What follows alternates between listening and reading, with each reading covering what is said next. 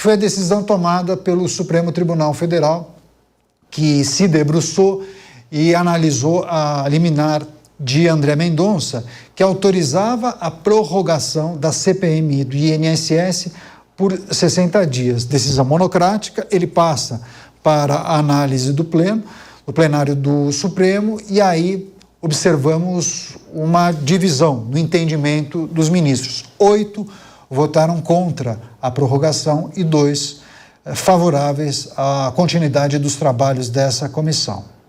Ok, ainda que alguém diga, poxa, tinha muito mais coisa para ser investigada, eles poderiam se dedicar, se debruçar e avançar com essa investigação, pode parecer uma questão técnica, mas eu acho que a gente precisaria ampliar essa reflexão, uma vez que casos que envolvem Banco Master e Daniel Vorcaro, invariavelmente isso poderá alcançar ministros do Supremo.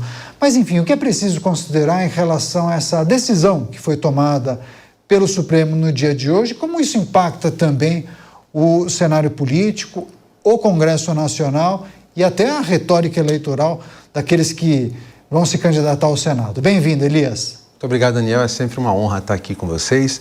Primeiro de tudo, é impressionante como o STF acaba tendo essa questão política cada vez mais latente, né?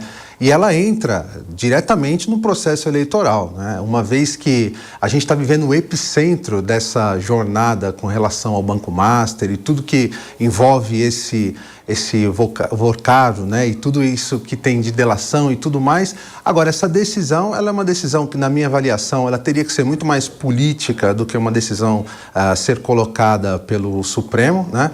E isso leva o debate, Dani. A gente vai ter aí esse debate que agora impacta diretamente no Senado, né? Ou seja, pode ter agora a opinião pública cada vez mais latente contra também o Supremo nessa decisão que é tomada, e a gente pode chegar num processo eleitoral, isso sendo colocado também, talvez uma campanha contra os ministros, talvez os senadores se colocando, olha, eu quero ser eleito para poder fazer uma frente contra o STF, algo que a gente ainda não viu, mas que está cada vez mais próximo de acontecer, né? Pois é, deixa eu chamar o Eduardo Green, cientista político, professor da FGV, com a gente nesta edição de Visão Crítica. Professor, muito obrigado pela gentileza, viu? Seja sempre bem-vindo aqui à programação da Jovem Pan. Queria também pedir uma análise, uma reflexão inicial dessa decisão tomada pelo Supremo. Me chama a atenção quando parte dos ministros se apoia em questões técnicas, dizendo que é preciso respeitar a autonomia do Senado Federal, do Congresso Nacional, e discorre sobre questões que envolvem o mérito da CPI propriamente. Até o ministro Gilmar Mendes, em dado momento, levantou a possibilidade de uma legislação, uma nova legislação para atualizar as prerrogativas ou os limites de uma comissão parlamentar de inquérito. Pois bem, como o senhor avalia essa decisão tomada pelo Supremo e como a gente consegue conectar isso à retórica que vai ser adotada por muitos candidatos ao Senado, principalmente? Bom, boa noite, obrigado pelo convite, Daniel, Antônio e Elias, colegas, prazer estar com vocês. Eu acho que essa decisão do Supremo, ela talvez se fosse tomada num momento de normalidade da política brasileira, ela passaria seria quase despercebida, digamos assim, porque a rigor, independentemente do tema em discussão, nós estamos tratando de um tema bastante espinhoso, que é a potencial delação do Daniel Vorcaro, a relação que o banco tinha, sobretudo com políticos do Centrão, profundamente implicados nas suas relações com o banqueiro. Essa mesma CPI, por outro lado, também já tinha quebrado o sigilo do Lulinha, filho do presidente Lula. Então, ou seja, dado esse ambiente criado, eu acho que a decisão ela assumiu mais destaque, porque a rigor, regimentalmente falando, uma CPI ela é um direito que a minoria tem dentro do parlamento de buscar investigar fatos concretos e específicos que justifiquem uma investigação para não ser atropelado pela maioria. Mas, ao mesmo tempo, também o próprio parlamento tem autonomia quando decide prorrogar ou não prorrogar uma CPI, e o presidente do Senado já que é uma CPI mista, o Davi Alcolumbre, ele tem autonomia regimental para decidir se ele prorroga ou não prorroga.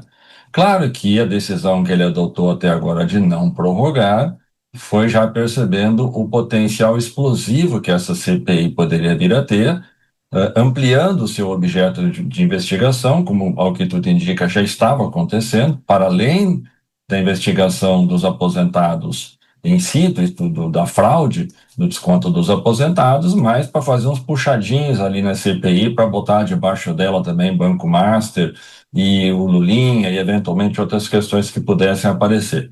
Então, acho que são duas coisas. Do ponto de vista regimental, formal, a decisão a cautelar ou a liminar concedida pelo ministro André Mendonça, ela não é correta, porque não cabe ao STF determinar que um outro poder tenha que instalar ou prorrogar, melhor dizendo, a CPI. Outra coisa é quando o presidente do Senado, tendo uma CPI atendido o mínimo necessário de assinaturas para ser instalada, decide não instalá-la. Lá atrás é o que fez, por exemplo, o Rodrigo Pacheco, postergando ao máximo a CPI da Covid durante o governo Bolsonaro. Então, são decisões diferentes para a gente localizar um pouco o debate. Mas, independentemente disso, eu tenho para mim que o Davi Alcolumbre, esse sim, pessoalmente implicado no escândalo do Banco Master, quando sentiu o cheiro de fio desencapado chegando perto dele, resolveu abortar a continuidade da CPMI, do INSS, finalizando os trabalhos dela, para não ter problema ele mesmo logo ali na frente. Por outro lado, a própria CPMI, me parece que ela se desautorizou, porque ela já está instalada há meses e até agora ela não conseguiu produzir nenhum fato concreto. E ela não fez isso por uma razão muito simples. Se ela de fato fosse levar adiante a investigação do escândalo do desconto dos aposentados do INSS, ela teria que implicar todo o espectro político partidário. E isso, evidentemente, é algo que está fora de cogitação dentro do parlamento. Então, acho que é nesse contexto, repito, que de anormalidade que a política brasileira está vivendo e de uma enorme expectativa quanto ao potencial explosivo da delação, que é o que tudo indica o Vorcário e seu cunhado Zé irão fazer, é que a decisão do STF hoje ela assume um caráter que talvez num outro momento de normalidade isso não viesse a ter.